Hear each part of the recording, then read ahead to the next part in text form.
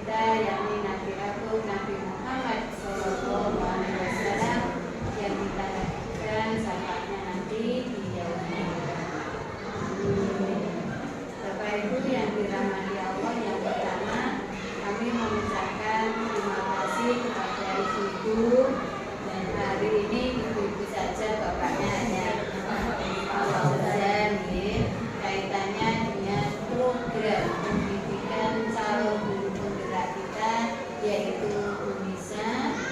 Terima kasih atas waktunya, karena memang kita ini dituntut untuk itu ya. Jadi diseminasi atau pembebasan budaya positif ini termasuk tugas atau rangkaian kegiatan calon guru penggerak kita. Alhamdulillah untuk tahun ini ada 3 calon guru penggerak kita, yaitu Bu Nisa, Bu Aulia, dan Bu Amin. Monggo nanti untuk berikutnya seperti Bu Hani, Bu Bihin, Bu Lika, monggo mengikuti jejak beliau. Insya Allah pendidikan guru penggerak ini sangat bagus ya, dan nanti bisa dibebaskan ke bapak ibu guru yang lain umumnya ya. Dan hari ini itu pembebasan atau diseminasi dari budaya positif. Dan kemarin insya Allah juga sudah didiskusikan kaitannya dengan visi misi guru penggerak. Dan alhamdulillah visi misi dari guru penggerak kita itu semuanya mengacu kepada visi sekolah, yaitu membentuk warga sekolah yang islami, berkarakter, dan berprestasi. Kalau yang budaya positif ini kaitannya dengan berkarakter. Jadi membentuk, bagaimana membentuk warga sekolah ini yang berkarakter, yaitu kalau di guru penggerak ini memang sasarannya adalah anak didik kita. Jadi seluruh anak didik kita itu memang diusahakan punya budaya yang positif. Kalau kita mempelajari keilmuannya, ilmu yang didapat oleh anak-anak, ilmu itu yang didapat oleh anak-anak, yang didapat oleh kita semua, dari ilmu itu nanti kan akan memicu atau akan istilahnya diamalkan, yaitu dengan tingkah laku atau perilaku atau istilahnya ini atau kegiatan ya. Dari perilaku itu nanti kalau sudah ini jadi pembiasaan, nah, dibiasakan jadi kebiasaan. Kalau kebiasaan itu dilaksanakan terus menerus, itu akan menjadi budaya. Kalau sudah membudaya, mengakar, akhirnya menjadi karakter. Nah, yang dimaksud di sini budaya positif ini ya karakter atau istilahnya apa gitu, nilai-nilai yang akan dijadikan oleh anak-anak itu ya. Kita harapannya seperti disiplin, tanggung jawab, itu semua dimiliki oleh anak didik kita. Nah, dan itu dituangkan, sudah dituangkan sebenarnya di dalam buku karakter dan life skill. Nah, yaitu yang istilahnya karakter itulah ya, nanti yang akan membentuk budaya yang positif. Jadi budaya seperti membuang sampah dan lain sebagainya itu bukan hanya tanggung jawab Bapak Ibu wali kelas, tetapi semuanya. Jadi kalau panjenengan misalkan bulan ini budayanya apa, atau istilahnya karakter yang ditekankan apa, ya kita harus mendukung itu semua, tidak hanya wali kelas. Jadi seperti anak-anak kita kalau untuk tahun ini insya Allah kelas 1 pakai kaos kaki sudah bisa sendiri semuanya insya Allah. Kalau tahun kemarin kan banyak yang belum bisa ya, seperti anak, itu memang termasuk nanti bentuk tanggung jawab anak-anak, yaitu bisa dilatih dari situ. Jadi nanti dari mulai kelas 1 sampai kelas 6 ada istilahnya karakter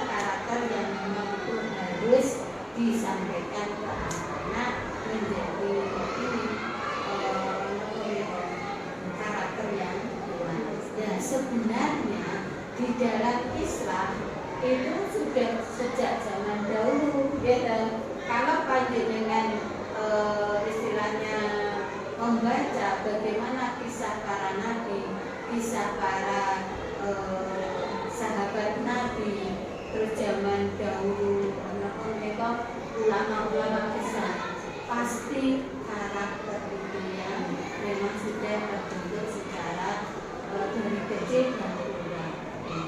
Dan untuk sekolah kita memang sekolah yang berbasis Islam, dasarnya yang memang di dalam agama Islam. Disiplin, tanggung jawab seperti itu memang dari dulu sudah ada di dalam pendidikan Islam. Jadi kita mengembangkan, sekarang ini mengembangkan saja, dan panjenengan mungkin bisa melihat bagaimana anak-anak sekarang itu beda dengan anak seusia mungkin kita dulu ya. Jadi disiplinnya kurang, tanggung jawabnya kurang, karena itu dipengaruhi juga dari iklim orang tua di rumah.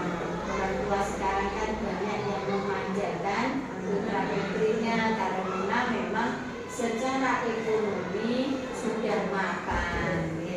Beda dengan mungkin saya dulu karena memang orang tua yang seperti itu kan dari kecil sudah dibiasakan nyapu, sudah dibiasakan cuci piring sendiri, mandiri. Kalau dulu waktunya ngelibet, kalau sore nasinya habis kan ngelibet ya. Itu kita sudah disiapkan seperti itu, dan itu kita istilahnya tidak terasa. Ternyata orang tua kita itu dulu juga sudah mengajari kita tanggung jawab. Dan itu sekarang sudah agak luntur, makanya ini mereka digiatkan kembali. Jadi intinya budaya positif itu tanggung jawab kita sendiri. Semangat untuk bisa Bu Aulia dalam mengikuti pendidikan CGB. Insya Allah banyak ilmu baru yang itu nanti bisa diterapkan ke teman-teman.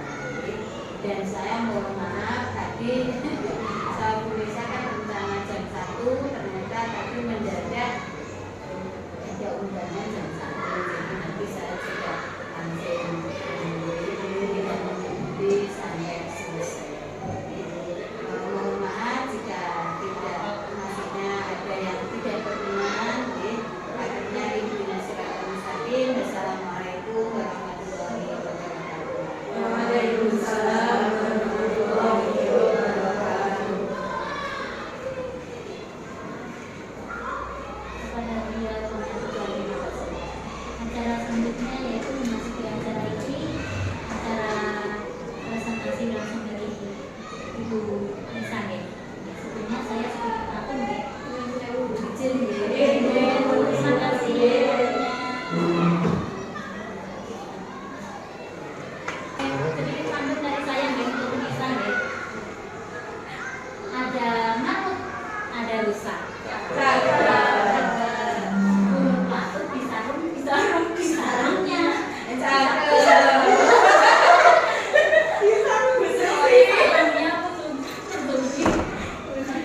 Mari kita sambut Ibu Nisa untuk membagikan ilmunya. Assalamualaikum warahmatullahi wabarakatuh. Waalaikumsalam warahmatullahi wabarakatuh. Santai banget gue. Sambil mendengarkan saya, tapi nanti kalau ada pertanyaan boleh bertanya ya Mbak, itu semua ya. Pokoknya saya ikut Bu Aulia, dan di sini saya mau menjelaskan tentang diseminasi budaya positif, mengenai penerapan budaya positif di sekolah. Sebelumnya saya akan membacakan pantun sama seperti Bu Aulia. Jalan-jalan di Negara terkasih, sekalian kesarangan untuk mampir. Kami ucapkan terima kasih kepada teman-teman yang sudah meluangkan untuk hari ini. Terima kasih ya.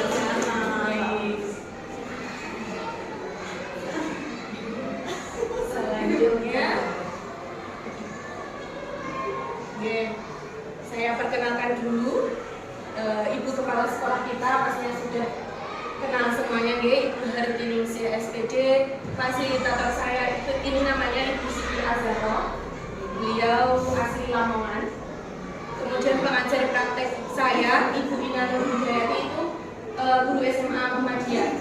Dan saya calon guru penggerak angkatan 11.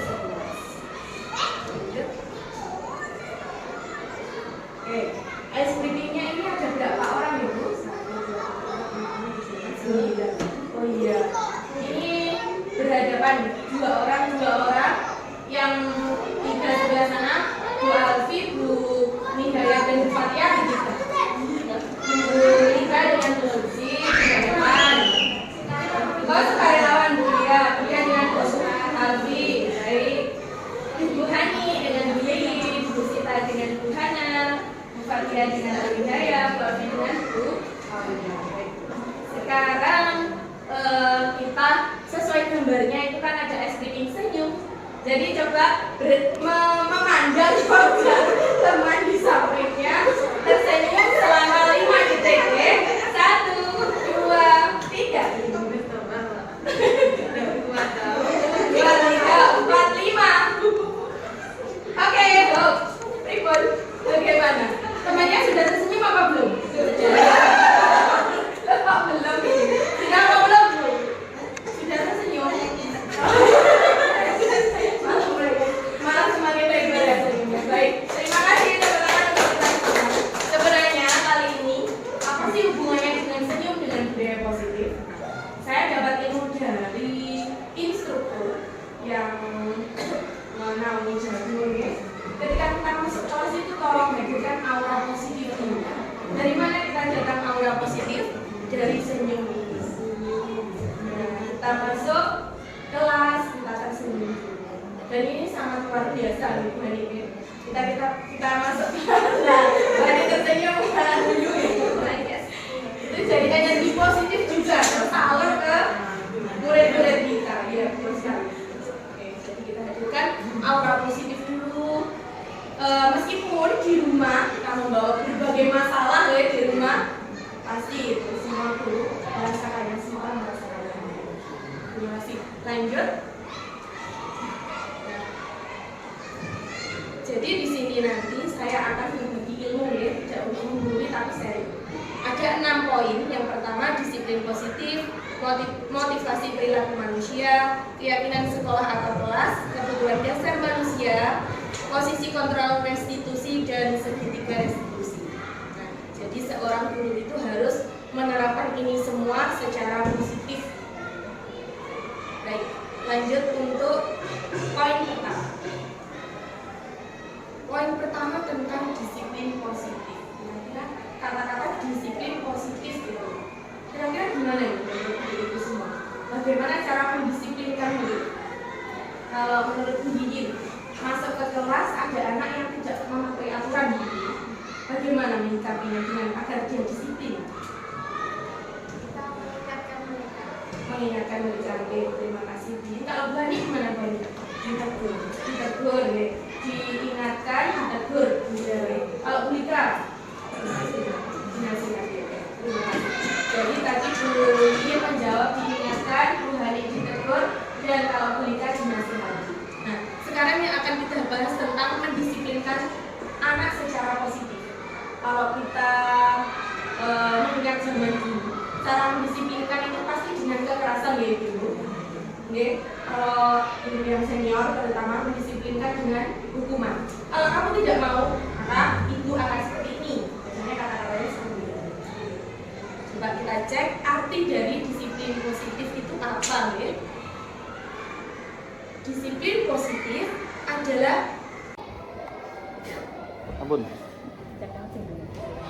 jadi tujuan dari disiplin positif tadi yang sudah kita pelajari pengertiannya adalah lebih ke arah disiplin diri yang dapat mengontrol diri dalam melakukan segala tindakan. Jadi memunculkan motivasi intrinsik. Kalau saya bercerita itu juga saya ada satu anak yang dua anak.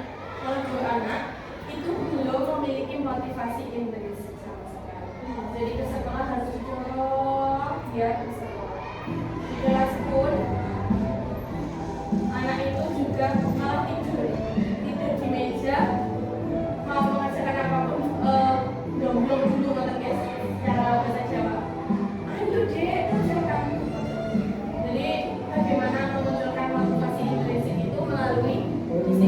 positif. Baik, lanjut ya Ibu.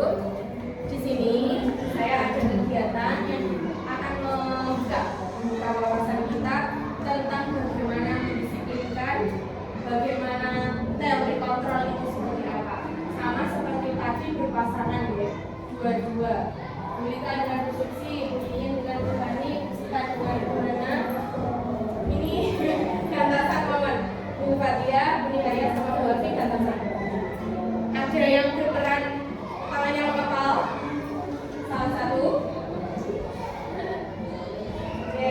Dan yang satu berusaha untuk membuka kepalanya dengan segala cara. Terserah.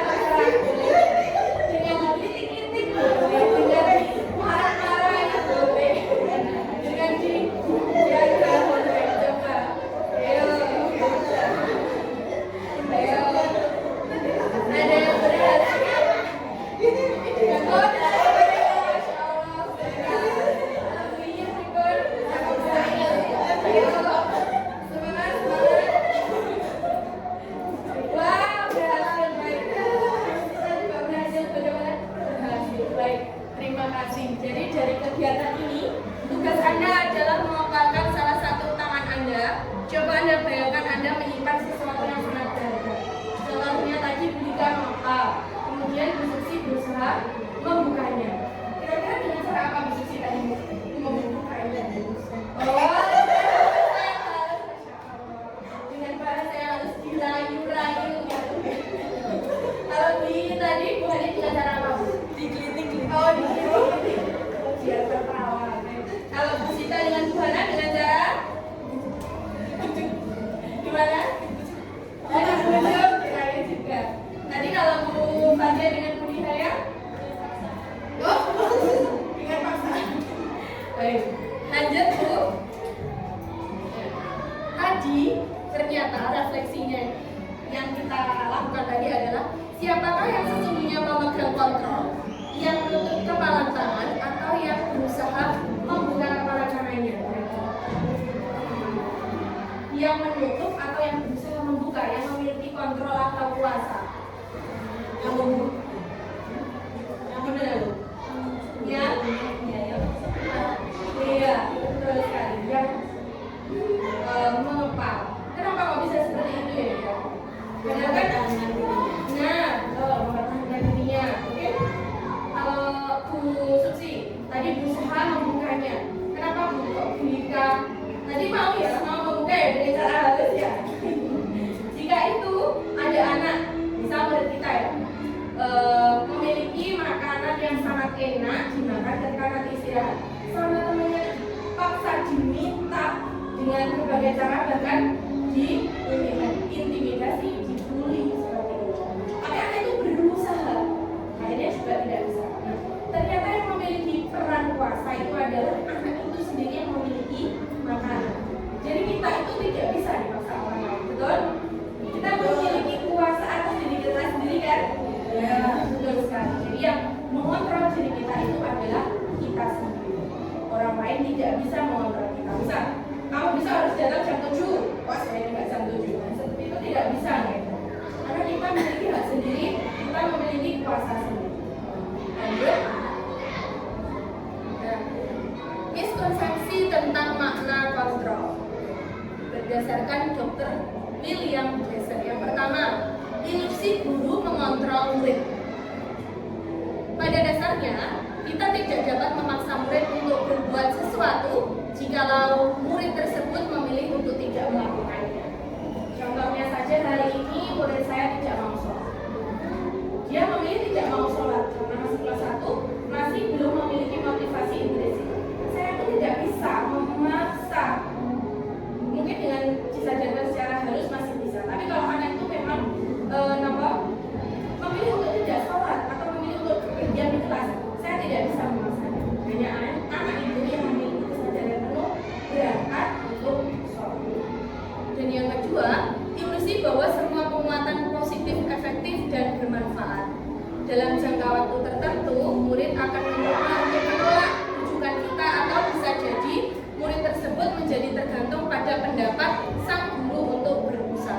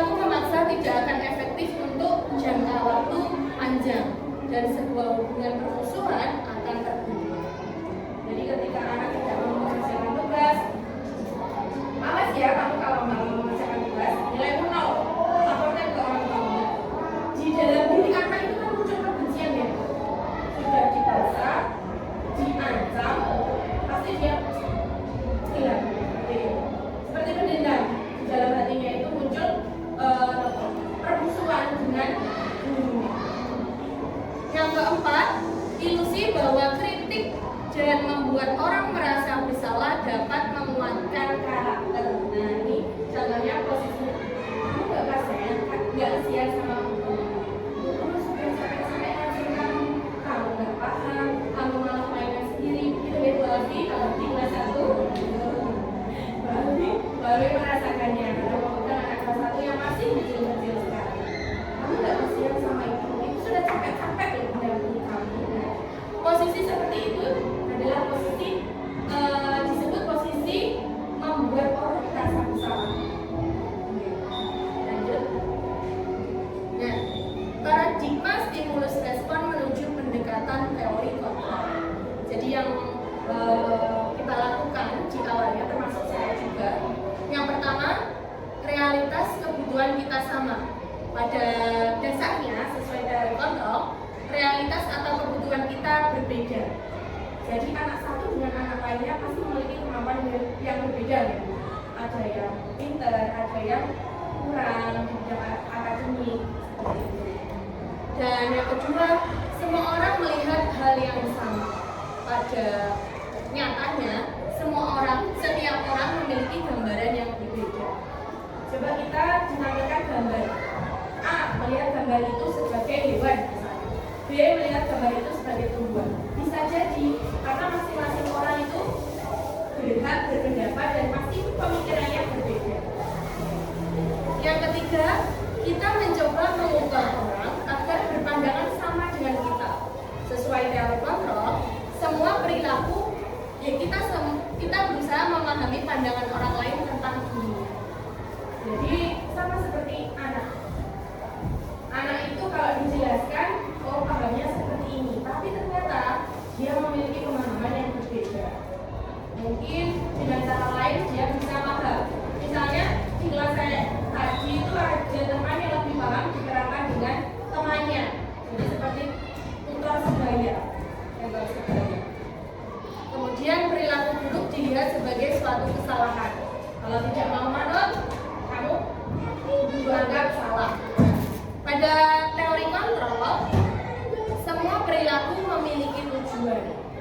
Kenapa dia kok melanggar peraturan?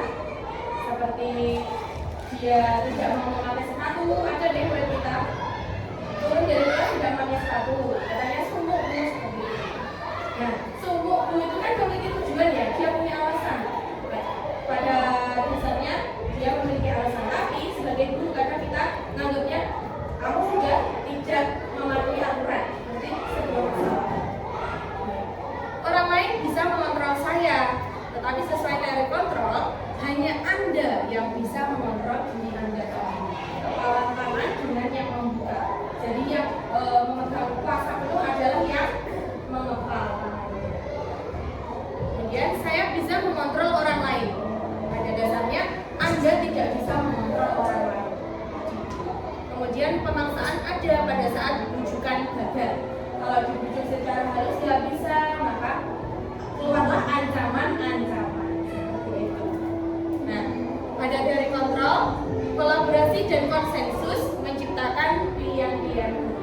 Jadi nanti akan kita bahas bagaimana kolaborasi dengan anak, ditawarkan kalau kamu nggak mau terus gimana, ada sikap yang mana yang mau kamu pilih.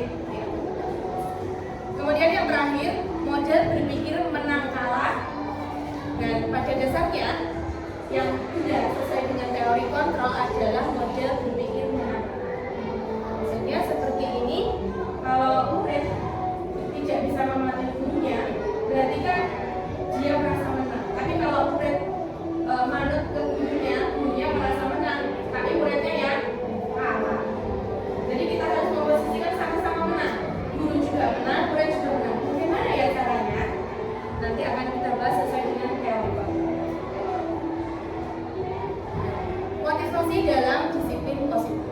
Kata disiplin sering dihubungkan dengan hukuman, ancaman, menghadi, menunjuk-nunjuk. Padahal itu sungguh berbeda karena belajar tentang disiplin positif tidak harus dengan memberi hukuman. Justru itu adalah salah satu alternatif terakhir dan kalau perlu tidak digunakan sama sekali. Jadi hukuman dan ancaman itu menurut teori kontrol adalah sesuatu yang terakhir. Pilihan yang terakhir dan kalau tidak dilakukan sebenarnya. Dalam budaya kita, makna kata disiplin dimaknai menjadi sesuatu yang dilakukan seseorang pada orang lain untuk mendapatkan kepatuhan. Sebagai pendidik, tujuan kita adalah menciptakan anak-anak yang memiliki disiplin diri, sehingga mereka bisa berperilaku dengan mengacu pada nilai-nilai kebajikan universal dan memiliki motivasi intrinsik, bukan ekstris. Jadi motivasi intrinsik itu maksudnya yang muncul dari dalam diri, bukan berdasarkan dengan dibujuk seperti itu, karena ada pendekatan seperti itu.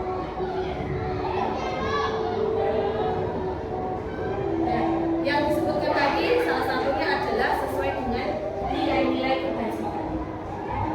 Di dalam agama Islam tadi sesuai dijelaskan oleh Muhammad mengacu pada nilai-nilai kebajikan, ada mandiri, bertanggung jawab seperti itu. Dan sekarang kita kenal adalah profil pelajar Pancasila dalam P5.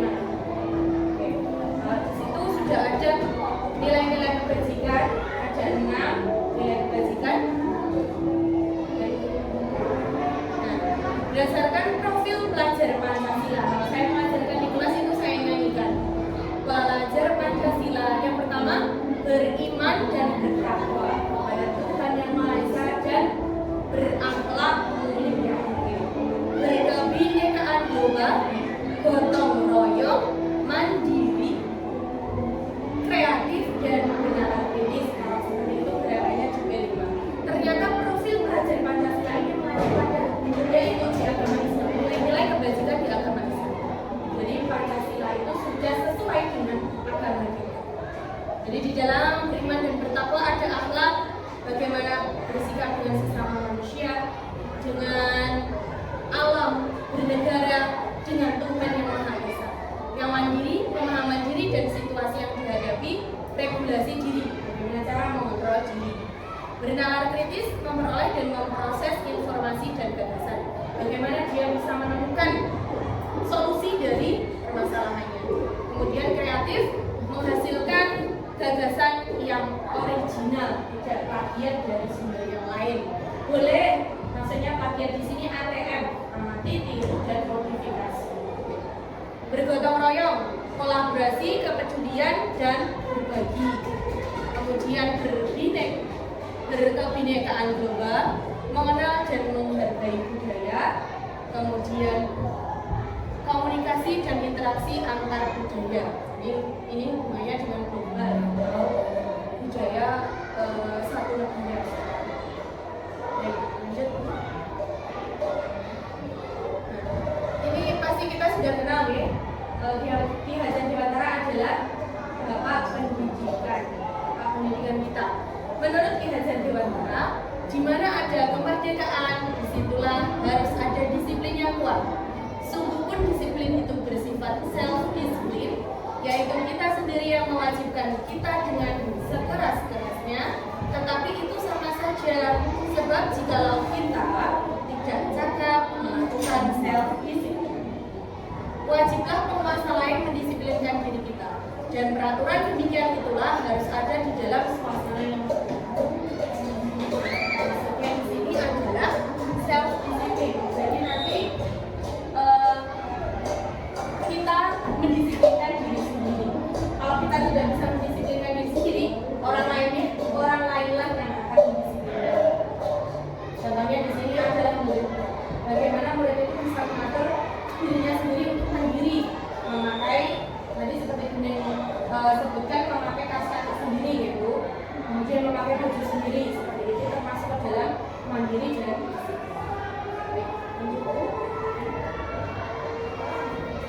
dari teori motivasi, hukuman dan penghargaan restitusi.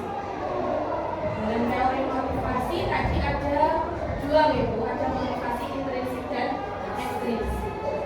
Kira-kira menurut Bunda pergi bekerja ke sekolah itu kira-kira apa motivasinya?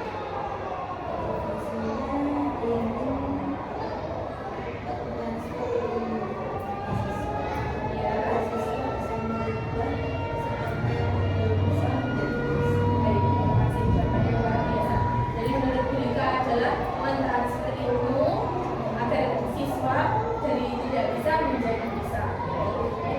adalah termasuk ke dalam motivasinya Lika. Kalau Bu Hana pergi ke SD Muhammadiyah untuk bekerja, kira-kira motivasinya apa Bu? Pergi ke sekolah?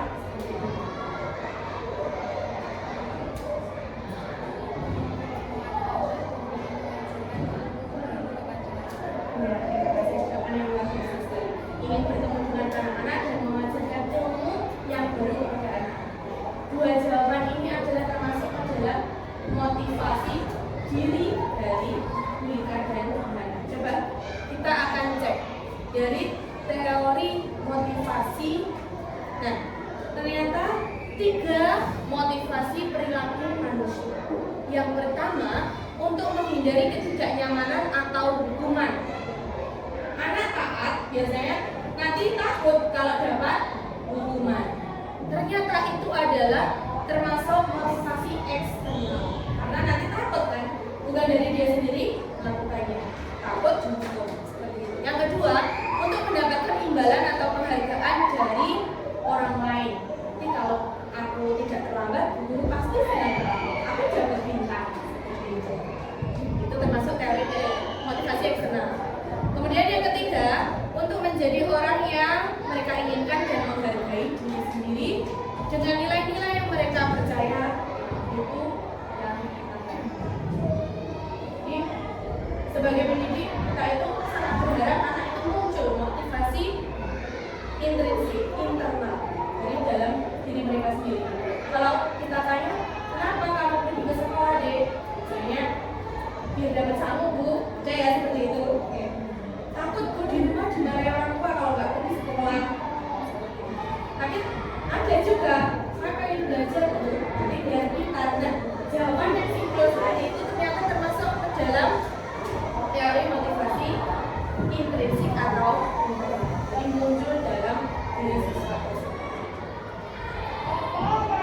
Selanjutnya, hukuman, konsekuensi, dan restitusi. Ini kira-kira gambar anak sedang apa ya Bu? Melebihi kesalahannya. Ya sedih sekali ya itu. Lanjut. Baik. Hukuman dan konsekuensi. Kalau kita tahu namanya hukuman itu kira-kira anak merasa gimana Bu kalau sudah dihukum? Kalau begini, bagaimana kalau anak itu sudah dihukum, rasanya gimana? Iya ya. Takut yang pertama ya. Takut akan hukumnya. Kalau kita sebagai guru BK kita, anak dihukum bagaimana Bu perasaannya? Benci, takut, sedih. Ya, baik. Suka. Dihukum malah suka. Oke, baik. Terima kasih Bu Sita di atas jawabannya. Dari hukuman dan konsekuensi kita akan tahu perasaan siswa dan bagaimana perbedaannya. Lanjut Bu. Hukuman dan konsekuensi. Jadi hukuman adalah sesuatu yang menyakitkan harus terjadi seperti tadi mengakibatkan dia benci salah satunya. Aku nggak pengen seperti ini, kenapa aku harus melakukan? Kan jadi benci di dalam hatinya. Itu hukuman. Kalau konsekuensi, sesuatu harus terjadi karena kamu melanggar peraturan. Bedanya seperti itu. Yang kedua, membuat anak sakitnya. Ini tadi untuk jangka waktu lama, sakit hati, benci, dendam. Kalau dia dihukum. Konsekuensi membuat anak merasa tidak nyaman dalam jangka waktu pendek. Hanya sebentar dia tidak nyaman karena melakukan konsekuensi dari dunia tadi. Mungkin kamu rame, kamu tidak melakukan ini, kamu harus menulis ini. Nah, seperti itu namanya konsekuensi. Kemudian yang ketiga, anak membenci kedisiplinan karena dia didisiplinkan oleh gurunya dengan paksa, sehingga dia merasa benci. Pasti aku harus begini, aku maunya itu. Jadi benci dalam hatinya. Dan konsekuensi, anak menghargai disiplin karena dia merasa salah, makanya konsekuensinya apa? Dia harus mengganti seperti itu. Selanjutnya, hukuman adalah paksaan. Jika dia nggak mau gitu, dia harus dipaksa mau. Kalau konsekuensi, stimulus tanggapan. Jadi ada stimulus, anak juga melakukan aksi dan reaksi. Mendorong anak menyakiti diri sendiri kalau dalam hukuman. Kalau konsekuensi mendorong anak agar mudah menyesuaikan diri. Kemudian hukuman konsep diri yang buruk. Kalau di konsekuensi konsep diri yang buruk. Anak belajar untuk menyembunyikan kesalahan. Biasanya karena takut dihukum, aku takut aku harus seperti ini. Di depan gurunya seperti itu, tapi kalau gurunya sudah tidak ada, tidak melakukannya. Jadi disembunyikan. Anak belajar untuk mematuhi peraturan. Kalau itu konsekuensi. Dan yang terakhir, ini tadi yang disebutkan dengan hukuman. Anak itu menjadi marah, kemudian ada timbul rasa bersalah, merasa dipermalukan, merasa tidak dihargai di depan teman-teman. Dia tidak nurut kesalahan. Dia disuruh ikut soft anak perempuan. Kira-kira rasanya gimana, Bu? Malu ya. Seperti ini karena termasuk dalam hukuman. Kalau konsekuensi bedanya kehilangan hak, dibuat tidak nyaman, diasingkan untuk sementara waktu. Jadi karena dia merasa dia salah, makanya konsekuensinya dia melakukan apa yang diminta guru. Bukan hukuman dipermalukan di depan orang. Jadi inilah perbedaannya hukuman dan konsekuensi. Nah, dari sini ibu-ibu, untuk kasus yang nomor 1, menyuruh murid mencatat. Saya tidak akan terlambat lagi sebanyak 100 kali karena terlambat datang di sekolah. Itu termasuk hukuman atau konsekuensi? Kira-kira dari Bu Alfi. Yang pertama kira-kira apa, Bu? Hukuman atau konsekuensi? Hukuman ya. Menyuruh murid lari mengelilingi lapangan basket 2 kali karena terlambat hadir di sekolah. Kalau menurut Bu Nihaya, hukuman atau konsekuensi? Hukuman ya. Menyuruh murid mengelilingi. Lanjut, menyuruh murid lari mengelilingi lapangan basket, oh sama. Keempat, meminta murid mengganti kertas tugas teman karena dicoret-coret. Ada hukuman atau konsekuensi? Kira-kira mengganti kertas tugas temannya dicoret-coret. Konsekuensi. Baik. Kemudian selanjutnya, meminta murid membersihkan tumpahan air di meja karena tempat minum tersenggol. Kira-kira apa ya? Yang itu, yang meminta murid membersihkan tumpahan air di meja karena tempat minum tersenggol. Konsekuensi. Baik. Selanjutnya, meminta murid tidak mengenakan sepatu seharian di sekolah karena sepatunya tidak berwarna hitam. Kira-kira apa, Bu Yiyin? Tidak mengenakan sepatu. Hukuman. Baik. Yang terakhir, menyuruh murid lari mengelilingi lapangan basket sebanyak 2 kali karena terlambat ikut pemanasan saat pelajaran penjas atau PJK. Kira-kira apa nih Bu Suksi dan Bu Rita? Yang terakhir itu konsekuensi ya. Baik. Coba kita cek bersama-sama. 1, 2, 3. Oke, inilah jawabannya. Kira-kira tadi yang salah mana ya, Bu? Lanjutkan ya, Ibu. Poin yang selanjutnya adalah dihukum oleh penghargaan. Jadi penghargaan tadi merupakan hukuman bagi dia yang tidak juara. Jadi di kurikulum Merdeka tidak diterapkan ranking. Yang pertama, pengaruh jangka pendek dan jangka panjang. Jadi penghargaan itu pasti memiliki pengaruh. 2, penghargaan tidak efektif. 3, penghargaan merusak hubungan antara juara 1 dan 2. Pasti terjadi permusuhan karena tidak menang maka merasa iri seperti itu. Yang keempat, penghargaan mengurangi ketepatan. Yang kelima, penghargaan menurunkan kualitas. Dan selanjutnya mematikan kreativitas. Penghargaan menghukum. Dan yang terakhir, motivasi diri dalam diri sendiri atau intrinsik. Jadi intinya dari penghargaan itu sebaiknya bisa dilakukan kadang-kadang, tapi jangan sering dilakukan. Sebaiknya seperti itu karena jadi hukuman bagi anak yang mendapatkan penghargaan, anak yang juara 1. itu merasa menang, anak yang juara 2 dan 3 itu merasa dia sedang dihukum karena kalah. Lanjut. Baik. Tentang restitusi. Jadi untuk guru memposisikan diri sebagaimana dia menangani sebuah masalah dari muridnya itu namanya jalan yang diterapkan adalah restitusi. Jadi restitusi adalah proses menciptakan kondisi bagi murid untuk memperbaiki kesalahan mereka sehingga mereka bisa kembali pada kelompok mereka dengan karakter yang lebih kuat. Dan ini disampaikan oleh Gaussen tahun 2004. Yang kedua, restitusi juga adalah proses kolaboratif yang mengajarkan murid untuk mencari solusi menemukan masalah, membantu murid berpikir tentang ingin menjadi apa dia, bagaimana dia harus memperlakukan orang lain lagi. Perlakukan orang lain seperti apa kamu ingin. Lanjut. Restitusi, banyak pernyataan tentang restitusi. Restitusi bukan untuk menebus kesalahan, namun untuk belajar dari kesalahan. Restitusi memperbaiki hubungan. Restitusi adalah tawaran, bukan paksaan. Restitusi menuntun untuk melihat ke dalam diri, mencari kebutuhan dasar yang mendasari tindakan. Restitusi diri adalah cara yang paling baik.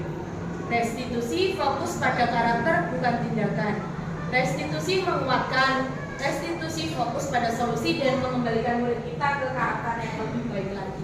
Jadi intinya, kalau menurut saya restitusi adalah jalan tengah, di mana guru harus bersikap netral di dalamnya, tidak sebagai penghukum, tidak berat sebelah. Seperti itu kalau yang menurut pemahaman saya biar mudah dipahami. Selanjutnya, Bu. Baik, ini ice breakingnya kita ganti saja.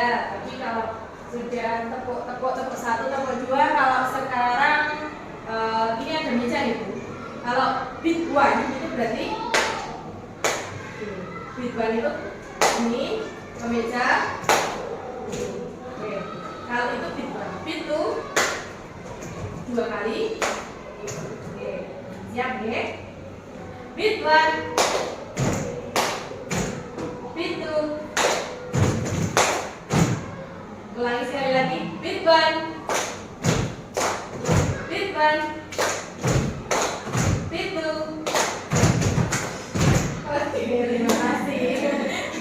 Baik, karena saya mengajar kelas 1 ya Bu, jadi seperti anak-anak untuk konsentrasi kembali. Baik, lanjut Bu.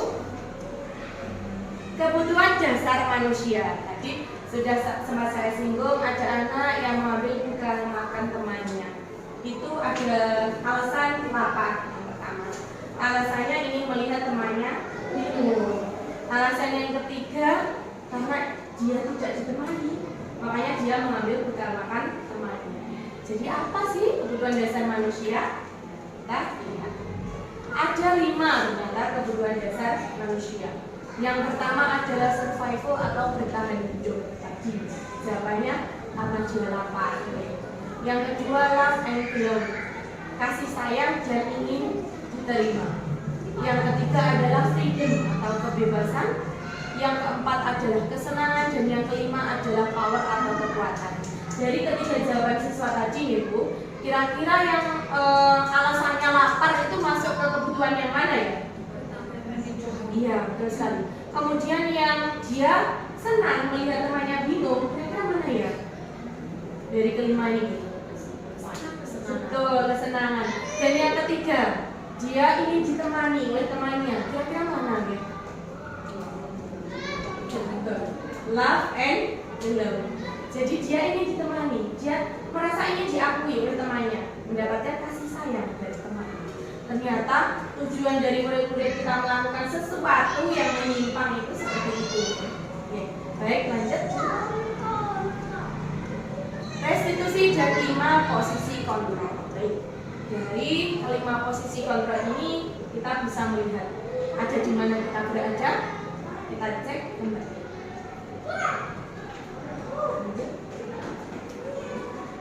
Nah, ada 5 posisi seorang guru dalam bertindak. Yang pertama, penghukum.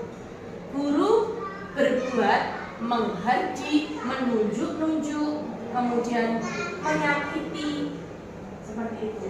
Menghukum secara fisik itu contoh ciri-ciri dari penghukum.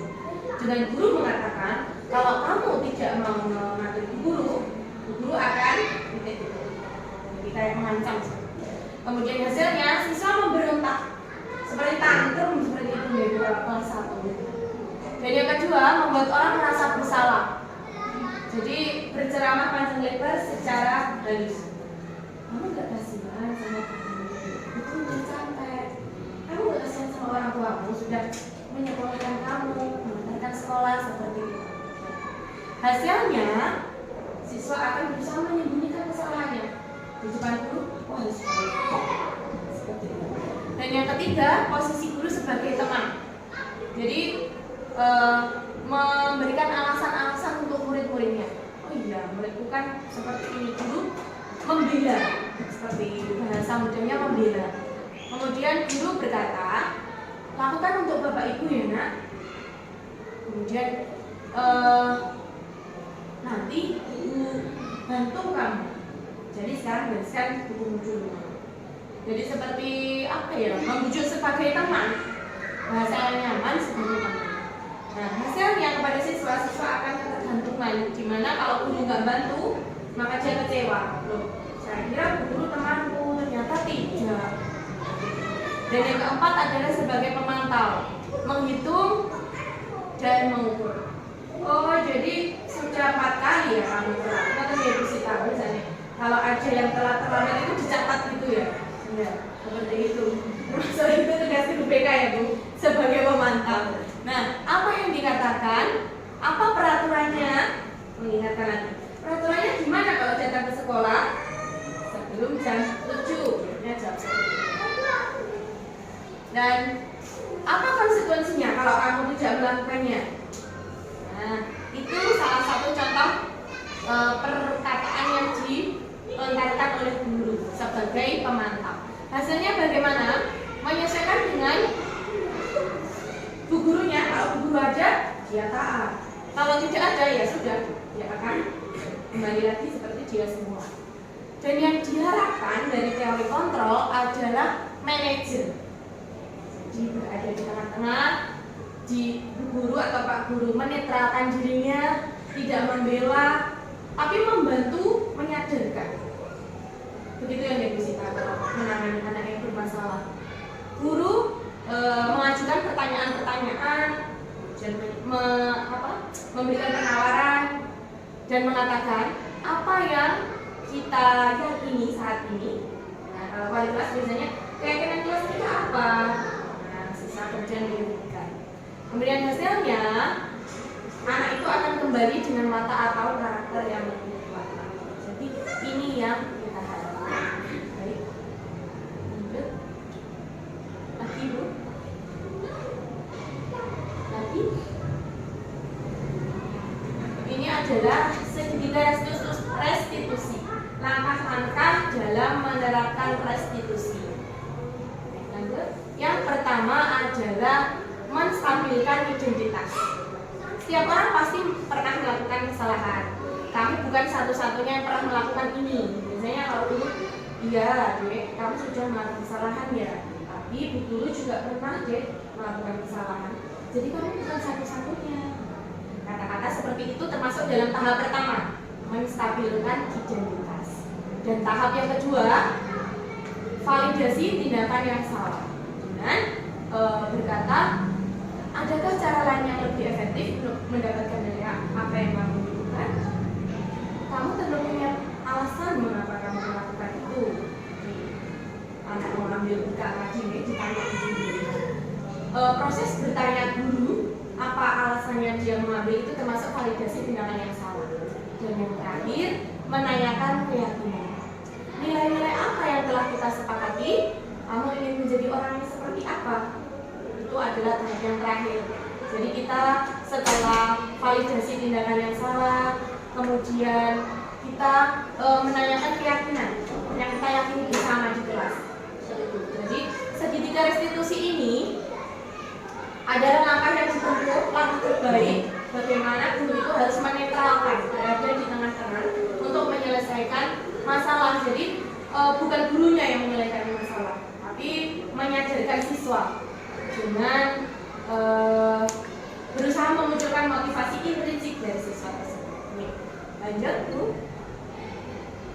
Segitiga institusi, lanjut. Ini sebenarnya ada videonya, nanti saya akan videonya. Yang terakhir ini sebenarnya membuat keyakinan kelas. Lanjut.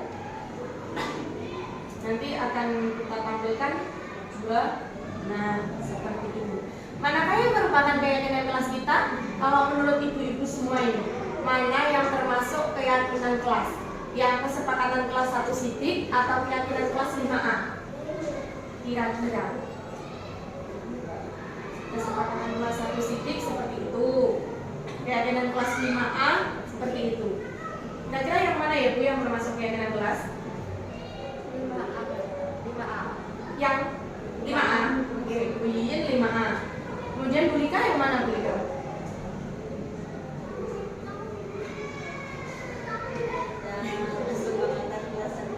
Kesempatan kelas 1 sidik. Bu Suksi? Kira-kira yang mana Ibu? Keyakinan kelas yang kanan atau kiri? 1 sidik ya. Ini kita buat sampel 3 dulu. Kesepakatan kelas 1 sidik. Nah, coba kita bacakan ya. Yang pertama, datang tepat waktu atau sebelum jam. Mendengarkan ketika guru menjelaskan. Meminta izin ketika keluar kelas. Membawa buku sesuai jadwal. Memakai seragam sesuai jadwal. Kemudian menghormati guru. Saling menghormati dan menyayangi teman. Tidak membedakan teman, dan yang terakhir menjaga kebersihan kelas. Itu yang kesepakatan kelas 1 sidik. Kemudian yang keyakinan kelas 5A ada 5 poin. 1. Bekerja sama menjaga kebersihan kelas. Yang kedua, saling peduli, menghargai dan membantu. Yang ketiga, menjaga fasilitas kelas dengan baik. Yang keempat, selalu datang tepat waktu. Dan yang terakhir, bertanggung jawab terhadap tugas. Jadi, kita sudah simpan ya jawabannya, ada yang memilih kelas 5A dan ada yang memilih kelas 1 sidik. Baik, kita cek dulu. Nah, mengapa keyakinan kelas? Mengapa tidak peraturan kelas saja? Ternyata banyak alasannya. Keyakinan kelas bersifat lebih abstrak daripada peraturan yang lebih rinci dan konkret. Keyakinan kelas berupa pernyataan-pernyataan universal, jadi umum. Pernyataan keyakinan kelas senantiasa dibuat dalam bentuk positif. Kira-kira tadi dari 1 sidik ada enggak yang ada ya tadi? Tolong dilakukan lagi Bu, kembali. Ya, nah dari kelas 5 dari kelas 1 sidik, kira-kira yang semua positif atau ada yang pernyataan negatif? Ada. Apa ya Bu? Umum ya. Ya, itu adalah tidak membedakan temannya. Terima kasih. Itu adalah kesepakatan kelas 1 sidik. Ternyata kesepakatan kelas 1 sidik ada salah satu yang menggunakan pernyataan negatif. Harusnya kalau diubah menjadi positif, kira-kira apa Bu? Tidak membedakan teman. Kalimat positifnya apa? Gimana Bu? Menemani semua teman ya. Mungkin ada jawaban dari yang lain. Saling menghargai teman ya. Bisa ya? Menemani teman ya. Mungkin bahasanya kurang bagus. Saling menghargai teman atau bisa rukun dengan teman. Bisa ya? Ya, jadi itu adalah juga revisi untuk saya karena itu kesepakatan kelas di kelas saya. Jadi kalau yang keyakinan kelas 5A itu sudah ya, sudah termasuk keyakinan kelas ya, betul semua ya. Terima kasih. Baik, kita sudah terjawab tadi mana yang keyakinan, mana yang peraturan. Semuanya keyakinan, tapi ada salah satu yang kurang. Baik, lanjut ya. Lanjut ya.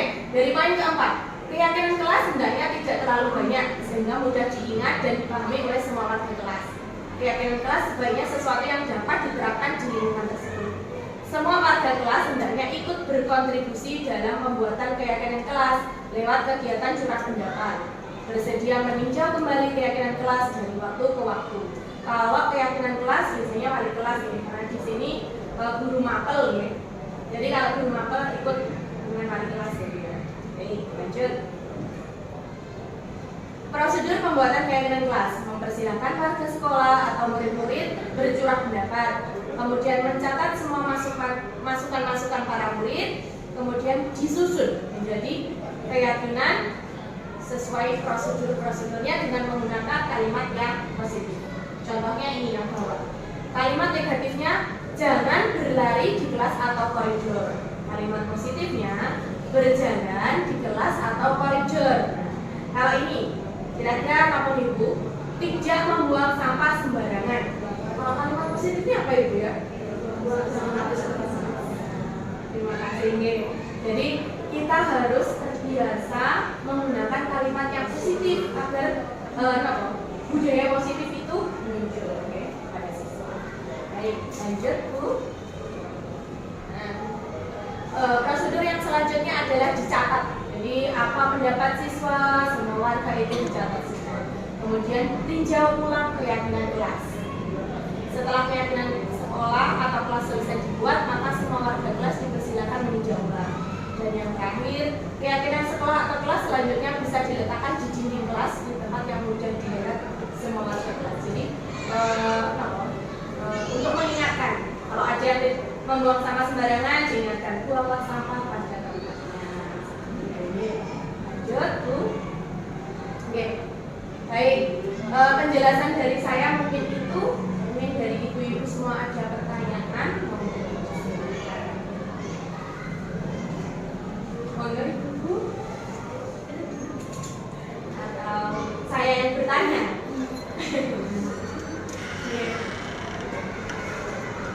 Ada pertanyaan?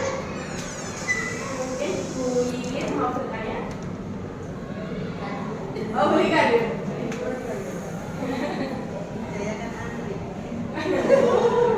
Baik, monggo Bu.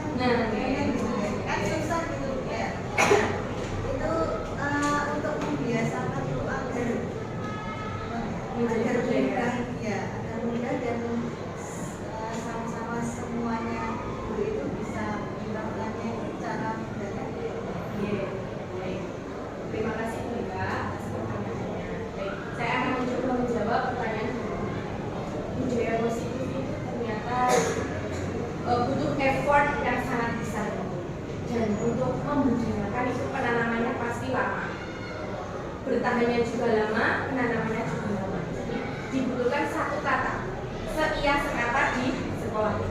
Kalau dari guru A, guru B sama mengucapkan kalimat positif, tapi guru C dan D tidak seperti itu. Tidak akan bisa. Jadi dimulai dari pimpinan kita dulu. Contohnya seperti itu. Kalau saya sebagai wali kelas, ya saya mulai dari kelas saya dulu. Saya menyertai yang baik kepada anak-anak. Kemudian mungkin saya bersama rekan sejawat satu tingkatan seperti itu berkoordinasi, ada satu peraturan yang digunakan untuk satu tingkatan.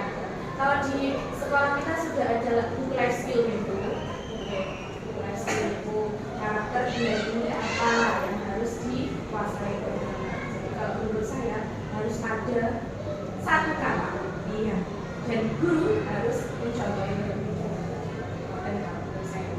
Teman-teman mungkin ada yang menambahi jawaban saya.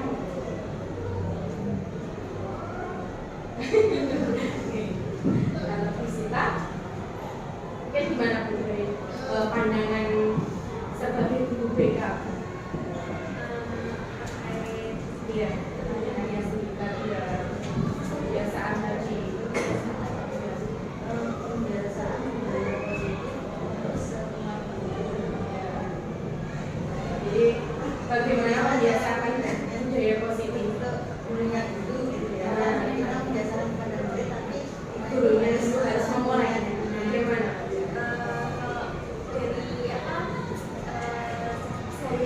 Iya, iya. Kalau menurut saya itu pertama dari berkat atau donasi orang. Iya.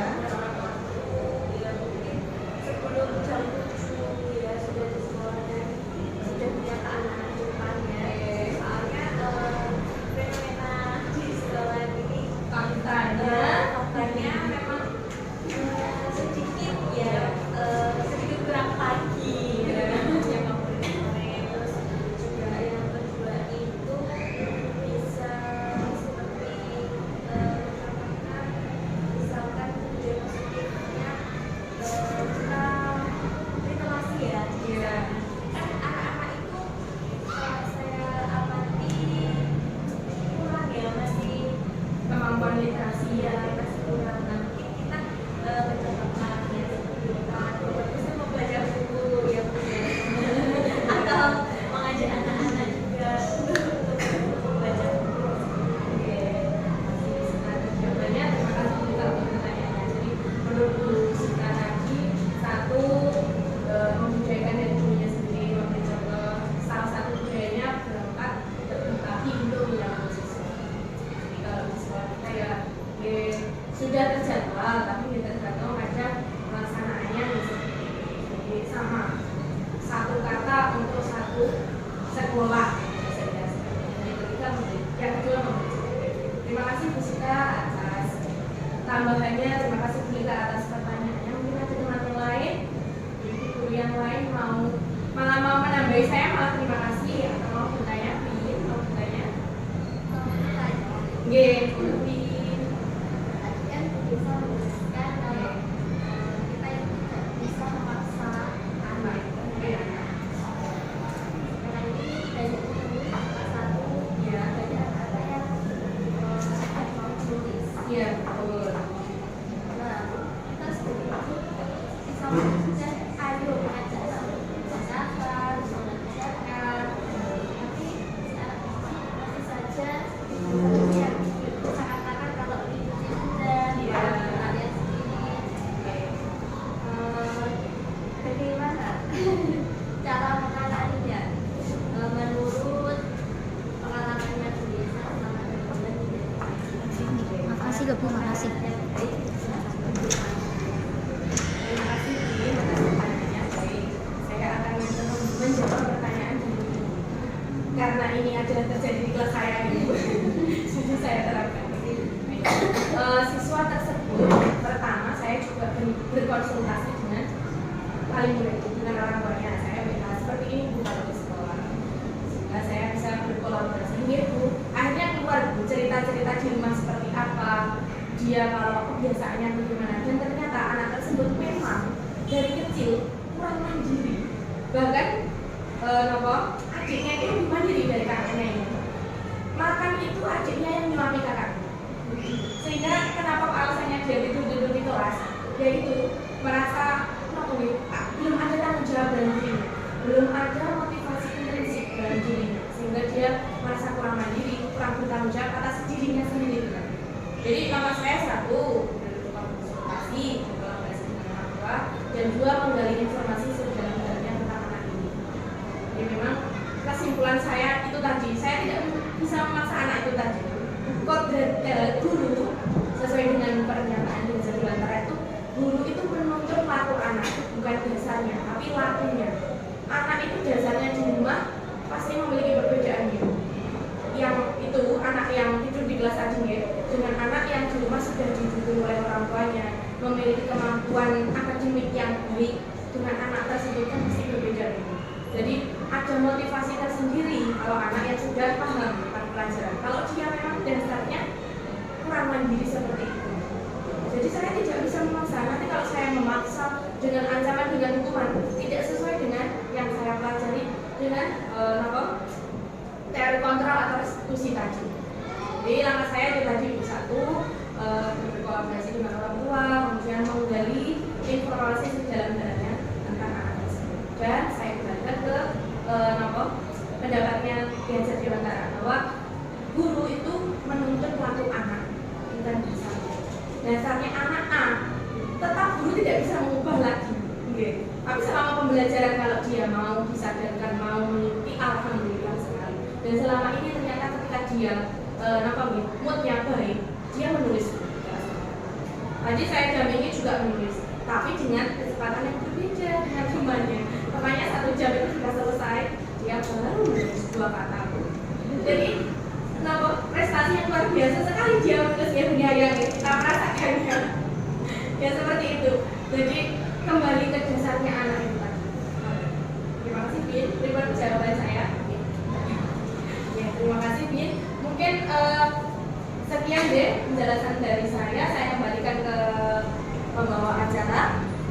Sekian dari saya. Wassalamualaikum warahmatullahi wabarakatuh. Waalaikumsalam warahmatullahi wabarakatuh. Baiklah, terima kasih. Mari kita beri tepuk tangan yang meriah untuk ibu pembicara kita ini. Baiklah, itu saja yang dapat kami sampaikan gitu. Kita tambah lagi mungkin dari Bapak Ibu, Bapak Adib, Ibu Guru, atau oke, baiklah, akhirnya itu diseminasi aksi nyata dari Ibu Nisa. Mari kita tutup acara kegiatan pada siang hari ini dengan bacaan hamdalah. Alhamdulillahirrahmanirrahim. Baiklah, bila ada salah kata dari saya mohon maaf.